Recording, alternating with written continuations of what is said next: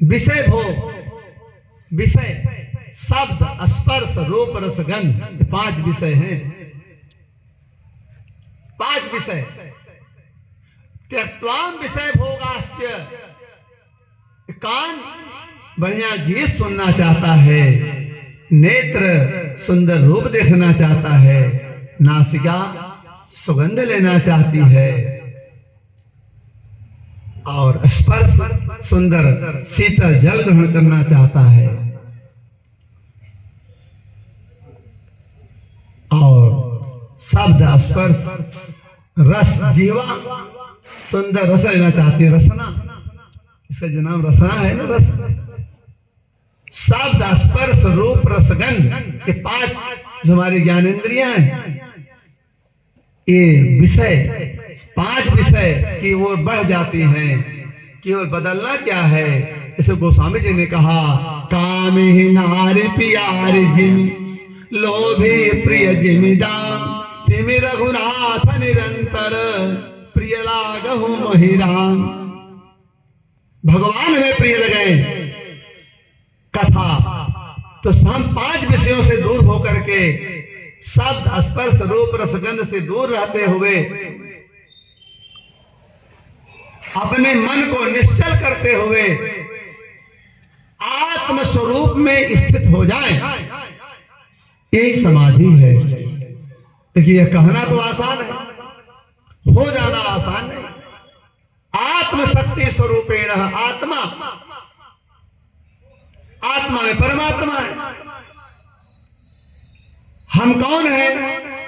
ईश्वर अंश जीवा विनाशी, चेतन अमल सहज सुख राशि।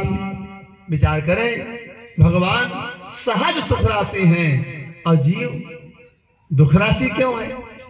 इसलिए है कि जीव परमात्मा को भूल गया।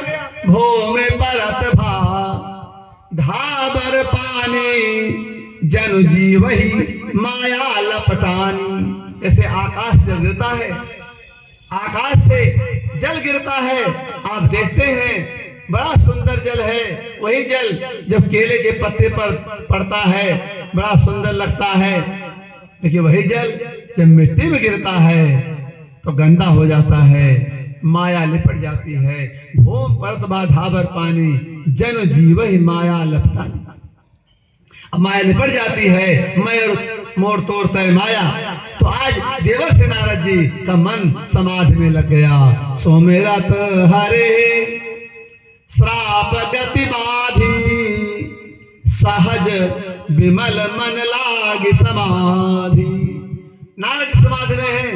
अब आप याद रखें, जब आप कोई अच्छा काम करेंगे तो समाज में कुछ लोग हैं जिनको आपका अच्छा काम खराब लगेगा।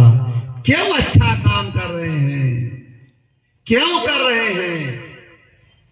तो देवर्षि नारद तपस्या में हैं और देवराज ने देखा कारण क्या है, नारद जी तपस्या क्यों कर रहे हैं?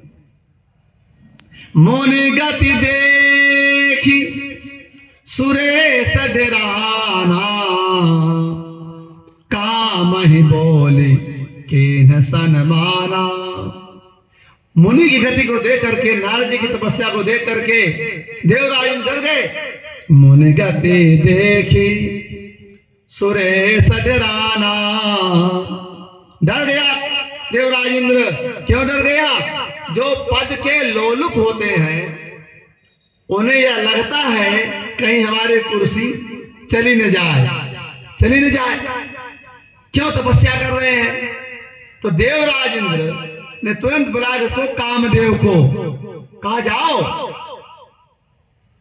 नारद जी तपस्या क्यों कर रहे हैं, जाओ उन्हें तपस्या से